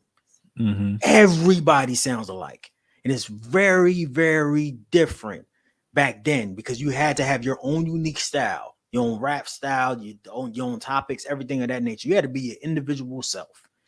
And Missy did that. I'm still surprised that it's number one for him. But as an artist of like the motherfucker that said I Am a Martian and he dropped a rock and roll album and all that shit, he is very eclectic. He went to art school. Like this motherfucker is different. So yeah. I really feel like there's not a spot for Missy in today's music. Because I know she's dropped like a couple of mixtapes or a couple of EPs, you know. Yeah, but Lizzo, not the same, bro. I don't feel like there's any. I don't know. I don't feel like people would really respect her music when it comes out nowadays. You know, I really think there's like a small niche, not niche, but there's only like a few artists that come out that can actually still. I don't know, man. I still listen to them, you know. I think Missy, if she had a hit, like if she just decided to go ahead and do a hit and jump right back out there, her music still gets played everywhere. So if she did some shit like her older music, I know, but like you gotta think like what's the boy Bruno Mars? Bruno Mars don't do shit besides take old hits and just make a new version of it. That's what Bruno Mars does. He's not a culture vulture because he is in our culture, but Bruno Mars takes some shit from like 1970s. He'll take New Jack Swing and then put his flair on it and be like, yeah, this is like 24/7 or 24 karat magic. That's just fucking New Jack Swing. Like that's all he does. I feel like she could do the same thing. But I don't even know if she needs to. Well, not a need. It's not a need, but I mean, I would love to hear more Missy music, kind of like we did in the day back in the, you know, the early 2000s. I just don't think it would get over like it used to. I don't think like, it would, you know, people would give it the same respect. In the comments, Hammond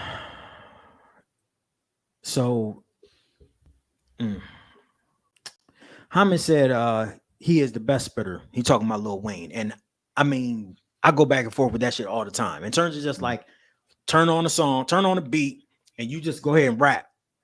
I don't know nobody can do it like Wayne, like for real, like punchlines, double entendres, different flows, subject matter, knows when to slow down on certain lines, when to speed back up, like all the things that he can do in terms of just having like an actual cadence in hip hop. That's some shit that like Lil Wayne can only do. It's very rare. Hamis also said that, or Edgy said her producing and songwriting is fucking superb. Yeah, and she was like that when she was young, and she had like she got famous herself. Oh my! And you gotta think like then like the visual aspect of her music videos, bro. Like all the shit she used to do on her music videos, motherfuckers is still reproducing that now to this day. And it's 2020s. Like I said, what the Sock It To Me video, the Sock It To Me song, the video, they were fucking Mega Man, bro. Yeah, she was like Red Mega Man, and they were doing all. I'm like, yo, that shit was fucking ill, bro. But see, back then, your budget would be like $3 million to do a video because the music video you would get that back easy. Yeah, it was sold the album. So they'd be like, yo, that's why like you had Beastie Boys when they did their song and they had the whole like they did the Gonzilla shit all over. And then like Galactic. Yeah, and then of course Busta Rhymes had like the most elaborate fucking videos of all time. Like I think I mean even Big Pimpin', like them motherfuckers went to Carnival and did some shit. Like that shit is millions of dollars, but you could do that back then. Yeah, but that shit wasn't like creative. It was just like niggas out. It was just it was just like some fly, I knew it was some fly Gucci shit. Yeah. Not everything gotta be super creative. Some shit could just be some fly Gucci shit. Like so I mean, that's my opinion, but that still takes millions of dollars to make. You can't have all them lazy in there shaking their ass for $2. They need some change. You know what I'm saying? All them fucking nice cars nobody never drives to just get picked up. All right. So anyway, Hamid said Good Mom was a shocker. We're gonna talk about Good was a shocker to me too. Yeah, it was. Yeah. Missy is an icon, and I miss them days. Those days inspired me. I totally agree with Hamid. Like those were the days that like really inspired most of the MCs that you know of today. You know, we'll see in the 2030s the younger MCs, the other MCs. But right now, that inspired like most of the motherfuckers that rap was those times where you had to be very different to be able to get noticed. And you also had to be really like elite lyrically and make dope songs. And that's it, bro. I'm listening to Missy today, man. It's Missy all day, bro. I'm definitely going. Real World was my shit too. Yeah, so I really honestly feel like Missy Elliott, I don't have her in my top 5, but like him having her and just knowing the type of MC that he is, I understand that because her albums were dope and she had dope hit songs. So you can't, you know what I think? Match that. I think we need to have this conversation of our top 5 where we can have a top 5, but we need to put like, we need to have like icons above that top 5. So an icon would be like a Missy, like a Jay-Z, like a Lil Wayne, people that just are undeniable.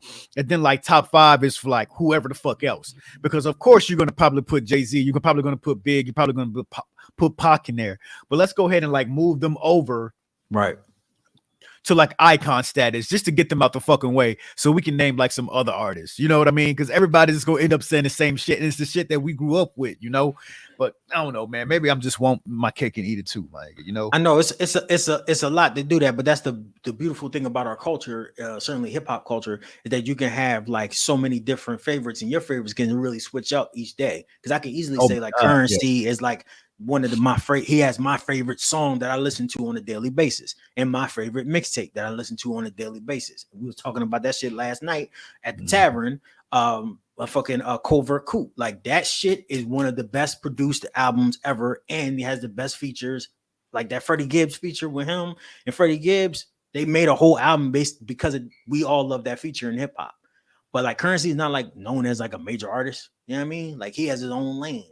But in terms of like who I have in my top 5, I don't listen to K Dot every fucking day, but I listen to Currency like probably once a week because he just got that shit that's for me. All right, so well, who was next? He said Hove, right? Yeah, he said Hove. He said that Hove was great to ever speak. And you know what? And this is my thing about Hove, man. I just recently said this to myself because I was listening to you know, like Nick and Riss and like just everything that Hove just kind of says nowadays. Like Hove doesn't rap, he lifes. lives. He You just know what I talked. mean? Because every like even like for anything that pertains to life, I have like a Jay-Z lyric. You know what I mean? Like I think you and I may have spoke about it, but I'll say something like if you walking around with some friends or you got some shitty ass friends that's bringing you down, I'll say something like, "Yo, this the man you choose to name your company after?" You know what I mean? Like Jay-Z has a lyric that you could like you just put in for like any situation in life. You know what I mean? Like you've been taught this by Hove already, and you're like, damn, I didn't even get it until now. Now I understand what he's saying. So Hove ain't a rapper no more. Hove is a lifer. Anything he says is gonna have to do with your life, and you can use it in your life, and you're learning some shit. So I feel him on that, man. He's like literally just like I say, icon, greatest to ever do it, man. Hove is like the example in my mind of like a real life like Scarface but didn't die. Like a real Mhm. life drug dealer that made it out of the streets and became a billionaire. Got the best looking broad in the game, built his company up with his partner, separated from his partner because that relationship was toxic, right? And then just started his own shit and continued to build. He brought us J. Cole, he brought us Kanye West, he brought us like actual like artists, he brought us like basically Beanie Siegel. Like he did so much. He changed the way that we consume clothes as black people, and we got to see many examples, not just Hove, but just many examples of how you can create your own clothing line and like not just be a consumer, but be a boss. Like Hove did that, and Hove is still the example of what everyone wants to reach, right? What everyone wants to reach in hip hop, like that pinnacle level of being so rich that you can just let your hair grow out and become a minimalist. Like Yep. that motherfucker is that rich where he could just go free form and still sit down at the tables, but also create the fucking tables. Because he created Rock Nation. He bought his own streaming channel. He's making these lanes for black voices. He's got a lyric for that too. You know, I can't help the poor if I'm one of them. So Yup. I got rich and gave back to me. That's the win-win. And that's Yup. what he's doing, man. That's So it's exactly just I love that. And that's why Hove should I understand why Hove is number 2. But him saying that I can't touch those guys. Yeah, I don't know. Maybe he was just in that frame of mind that day, but I don't believe that. Straight up. I think that lyrically, everyone on his top 5, he can step to. Mhm. Me personally.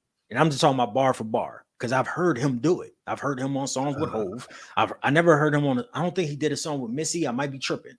But like bar for bar wise, yeah. Yes. Lil Wayne can do that with Hove. That's Okay. yeah. Let's move on to the next one. Let's move on. You know, Big, Notorious B.I.G. That one's kind of course. You know what I mean? Yeah. And I always say like Biggie would have, of course. I don't think Hove would have been, I don't know if Hove would have been who he was if Big was still here. Because they both did coexist Absolutely. at the same time, right? But like Absolutely. motherfuckers, like if you listen to Brooklyn's Finest. Mm-hmm. I just did. Jay-Z and Biggie Smalls nigga shit. You draws that one? That Yeah. like Hove's verse was so elite. But Biggie's was just like, God damn, like, how is everything you saying dope? Like every other word is dope. It's just like, come on, man. And Hove was right there with him. So it's just like, it's like Magic and Bird, man. Like this shot for shot in the finals. I would have loved for them to do an album. I would have loved to hear that shit. And I know Hove always says, like, yeah, if Biggie was here, my whole life probably would have been different because they was so similar. But like Biggie was like a humongous artist. And it's 30 years ago, we still talking about him. So Biggie lyrically was a monster. So for Lil Wayne to be also a lyrical monster, I understand why he would say that's number 3 on his list because they both were like insanely great at rap. So that's all I got to say about that. I don't need to talk about Biggie. His cloth is gone. That's how insane that motherfucker was. So One more song. We can move on. I Love the Dough. On yeah. I forget which album that was on, right? But I Love the Dough. I feel like, man, they went, yes, it was on Life After Death. Yes. I feel like they went toe to toe, man, like back and forth. Like they both had like their first verses were dope as shit. And then that second verse, they were just kind of going like back and forth with each other, man. And that's one thing that I love is when people were used to be in the studio together so they can feed off of each other, and now tracks. You know what I mean? So I love the fact when I hear that song, I just hear them going like toe to toe, trying to beat each other on that track, man. I just absolutely love it, man. I really wish Big were alive. Like, give me 10 more years with him, bro. I know, right, man? Yeah, absolutely. But Goody Mob. Hold on. I'm sorry. Go ahead. Hamid said, "Oh, thanks you, bro. That's thank you." Hamid said, "My next album is solely inspired by Jimmy's last album. Just know." Thanks, man. I appreciate that. Last album, Kobayashi, bam bam. Okay. And Hamid said, "If Big was alive, y'all would have got the commission. Damn right. Damn right. It would have been like he said that's Nick boy. Yeah, man. Another day in the life of the commission. Oh my God, that shit would have been fucking flames. All right, next, man. Let's go to the next one, Wayne. We got Goody Mob, man. Goody Mo B. Now this one just Goody like Mob was fifth. No, we got another fifth. We go get there. We go get there. But Goody Mob, this one kind of threw me off my rocker too, man. Just like Ham was saying, yo, this one was like, yo, for real? Now, I really didn't. I don't know, man. I didn't really feel like he got down with Goody Mob like that, or if anybody got down with Goody Mob like that so much, you know. But yes, man, Goody Mob's first album, y'all. If y'all haven't, man, please go back and listen to that shit because it's so minimal, but it's so like, I want to say gutter, but I don't know, man. It's almost like I can hear them rapping in the shower. I can hear them rapping in the closet. You know what I mean? Like the beats were new. You can tell they knew. Yes, like man. Fresh. It's like what you niggas know about the dirty South. What you niggas it was just so small, but it's so classic, and it goes so hard. It hits so hard, man. Just go and listen to it. And that was before like CeeLo Green lost his fucking mind and started, you know what I mean? He just started doing crazy shit. And CeeLo used to be a fucking poet, man. CeeLo used to be an absolute poet, and you go back and listen. Like there's the first song on that album. I can't remember the name of it, but at the end of the song, CeeLo is rapping, and they just cut the beat out, and the niggas just start clapping like. And CeeLo is just like spitting on that shit, and it's so fucking good. And they just start doing like a double clap, like it's so dope, man. Like Goody Mob is like so off of the scale, bro. And I just really need people to go back and study that. If you love Outkast, go back and listen to Goody Mob, man. Because there would be no Outkast if it wasn't for Goody Mob. If that wasn't for that basement music, man. If it wasn't for that shower music, that closet, they spit in that closet with milk cartons and egg cartons around, bro. Like Goody Mob is one of the greats, man. And for Lil Wayne to say that, it just like threw me. I just threw my hands up like I was not expecting that at all for him to say that's in my top 5. And he's right to put that whole group in there because you can't pick just one. You got to have everybody, man. That motherfucker, you got to have everyone. Lil Wayne convinced me with that top 5 list. He convinced me that like, yeah, this motherfucker knows about Southern music. Like he is an artist that was around.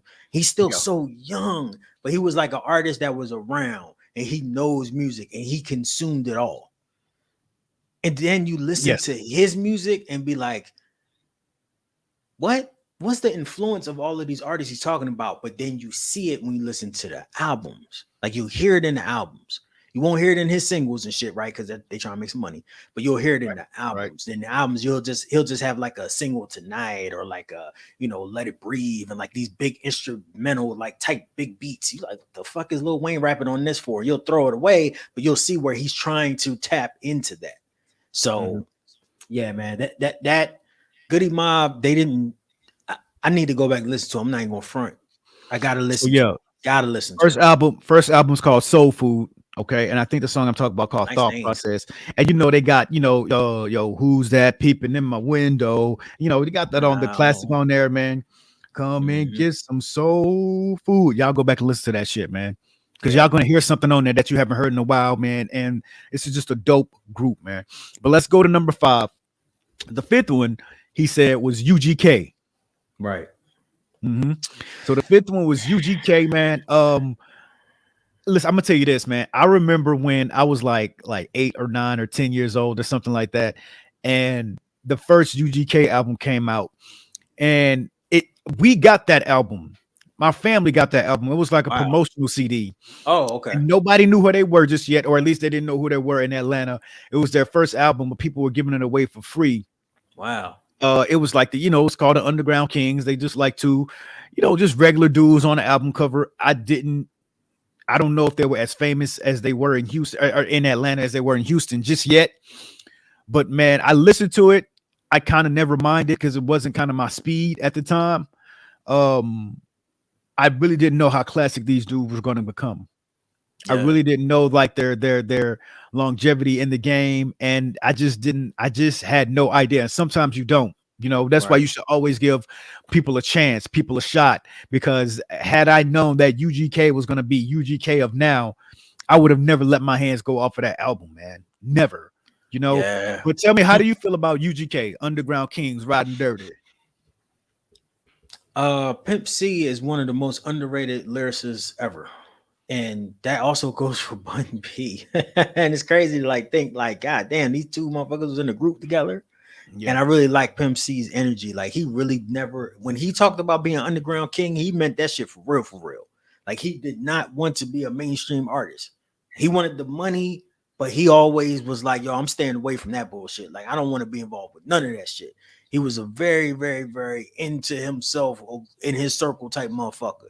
And Bun B was the one like, yo, bro, we can make so much more money. We just need to branch out and keep on branching out. Pimp C was not like that. But you want to talk about people that explain where they're from and explain their situation the best, and like glorifies kind of like that pimp whole lifestyle, even though, he also talked about the torture and the problems with it. You want to talk about a group that did that so well? UGK is that.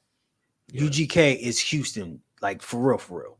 So they inspired so many motherfuckers, and they both could really, really spit. And I love the fact that they wasn't like crazy punchline artists, none of that shit. Nah, they were just telling you how it is and what was going on, and they had the perfect beats for them. And I feel like artists sometimes they find that perfect pocket where they can come out in and be successful. And that's what that was with them. So UGK, they influence so many people. Like, you will hear like Megan Thee Stallion even talk about them, like, yo, like that's who I always wanted to rap. Like, that's who inspired me, was them. And they were like popping years ago, you feel me? But like they still like influence so much of Southern hip hop. So just shouts out to them. I really love the fact that he had them as number 5 and have them on his list. And it just lets you know, like, Lil Wayne really is like a child of the South, man. Like, for real, he was really a child of the fucking South. That's how I feel about it, man. Bro, I think that may be all we have, brother. Yeah, man. It's nice to talk about top 5s from artists that we consider like to literally be in that top 5, top 10 conversation. So it's just like so dope to hear that shit. So yeah, man. I want to go ahead and just say once again, happy Mother's Day to everybody.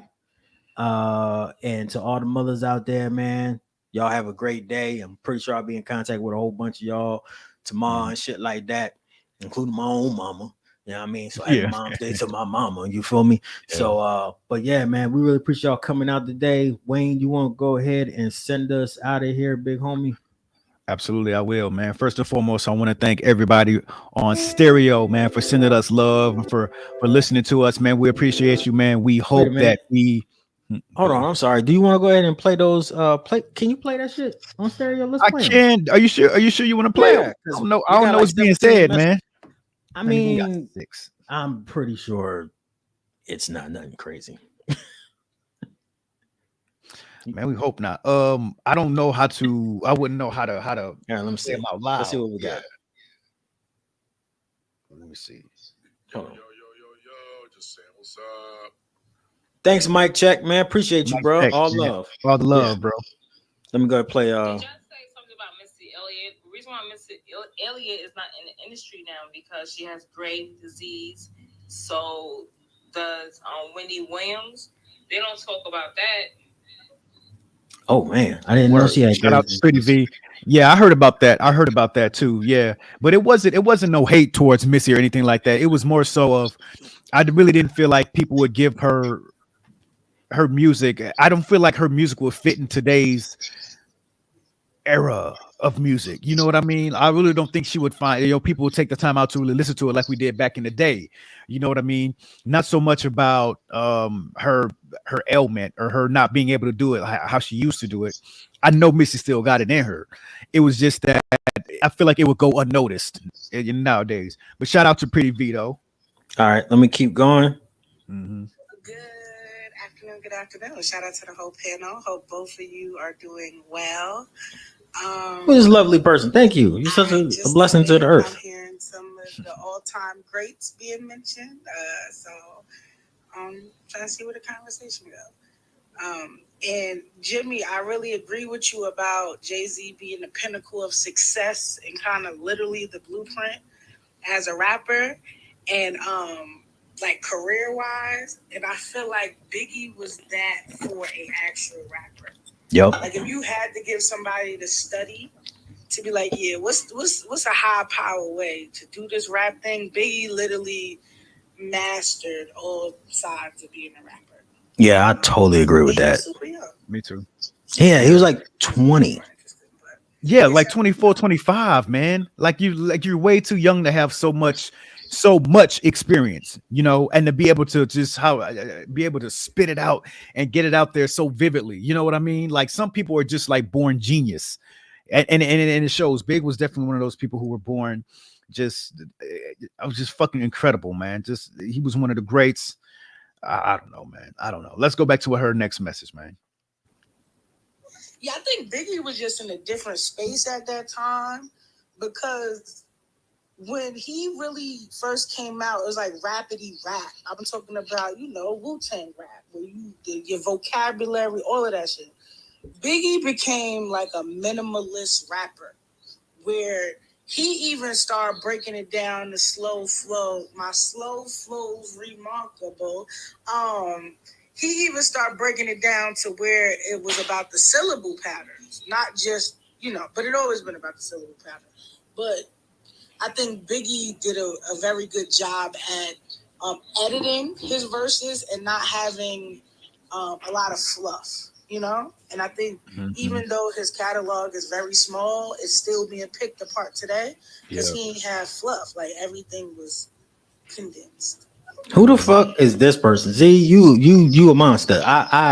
I totally agree with that. Like, and that is so hard to do. Like, as an MC myself, check me out, Jimmy B. Fearless on Spotify, Apple, and all that bullshit. You hear me? For to be an MC myself, yo, that's the hardest thing to do. B is like to actually make it consumable for everybody, and he definitely did that. So let's go ahead and play the next message, homie. I got a question for you about that afterwards. Go ahead, though.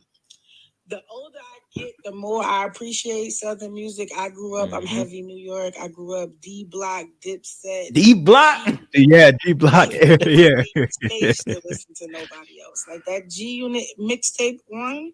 Yeah. Dipset at the same time. And Diplomatic immunity. It was crazy. Niggas even had people caring about Graph as a rapper. That's how New York Trenches Out was.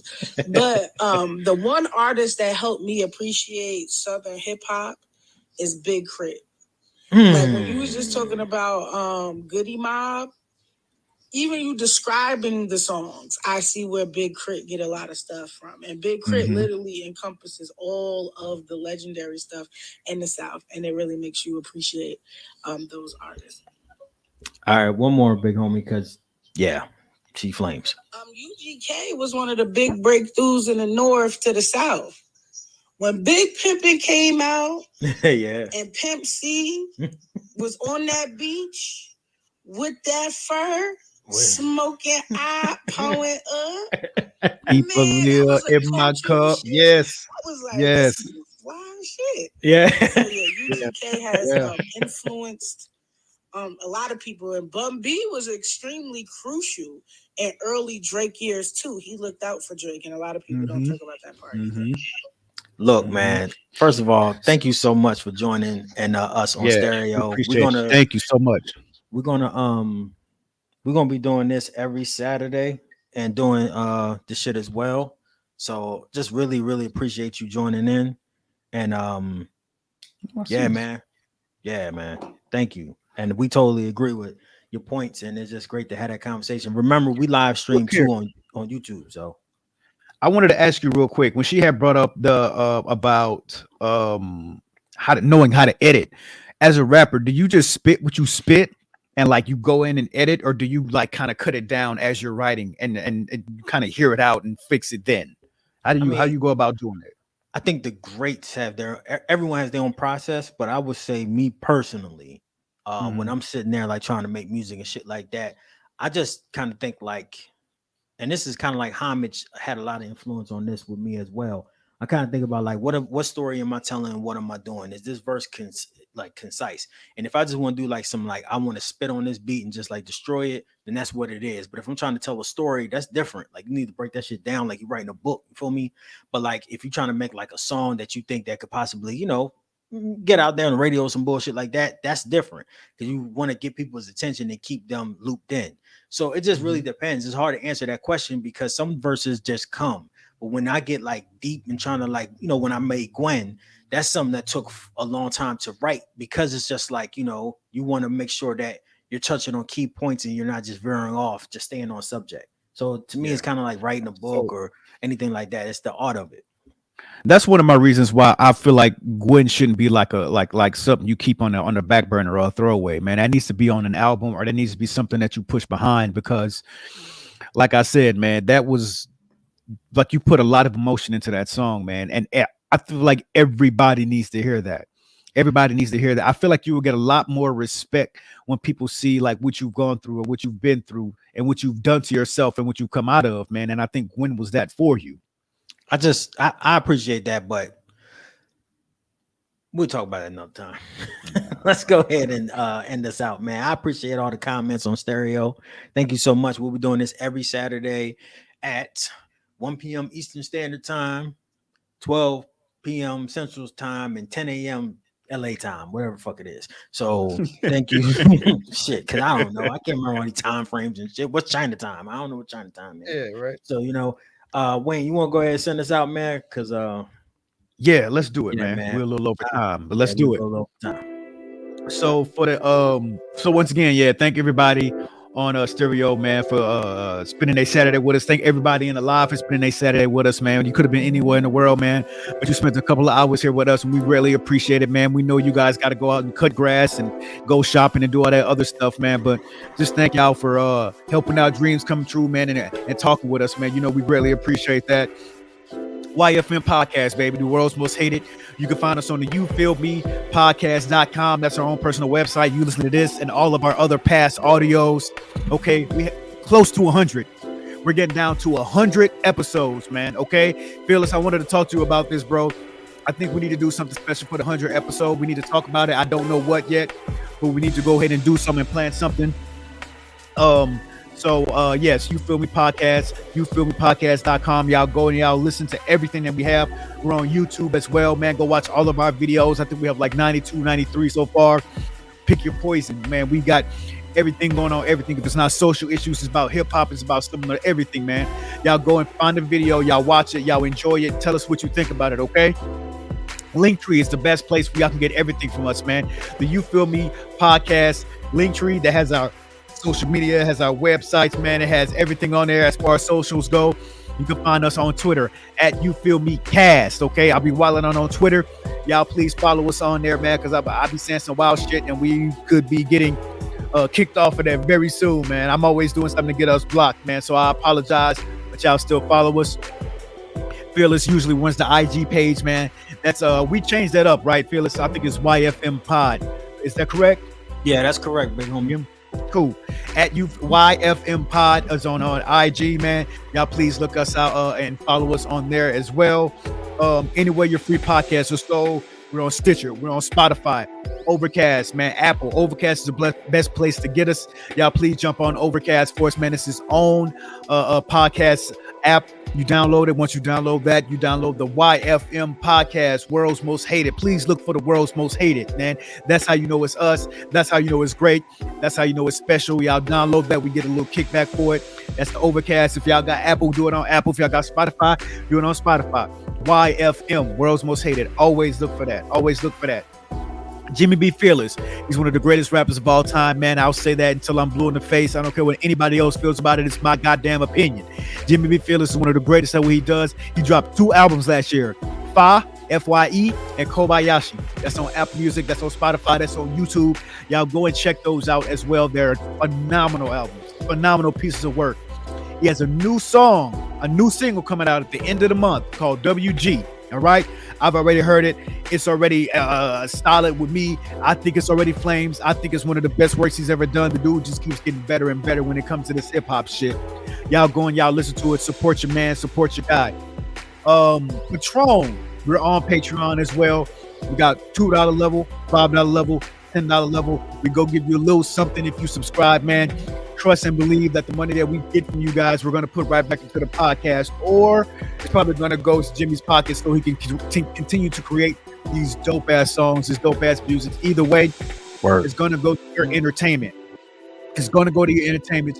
Your boys got hopes, your boys got dreams, and we're pushing it. And we need y'all's help to continue to push it on, so we continue to do this, continue to just put out this dope ass podcast shit that we do every single week. Y'all, please, okay? Got a new episode every Friday at 11 a.m. Your boys stay consistent.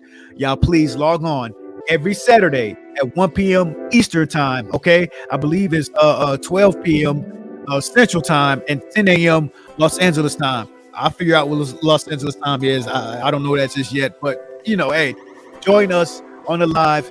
Like, subscribe, hit that bell, rock that bell. Okay, don't be afraid to comment, man, because when you comment, we will speak back to you guys, man. We love to hear what y'all think about all of this, about everything that we're doing. We need y'all support. Fearless, am I forgetting anything? Nah, only thing we gotta do is say peace to the people, big homie. Man, peace to the people, man. We love y'all so much, man. Thank y'all for everything. Thank y'all for listening. Take the time out of your day when y'all riding, when y'all cruising, when y'all going grocery shopping. Listen to some Goody Mob, man. Okay, put that shit in your head. Goody Mob, and just have a great rest of your Saturday, man. We love y'all. Peace. Peace.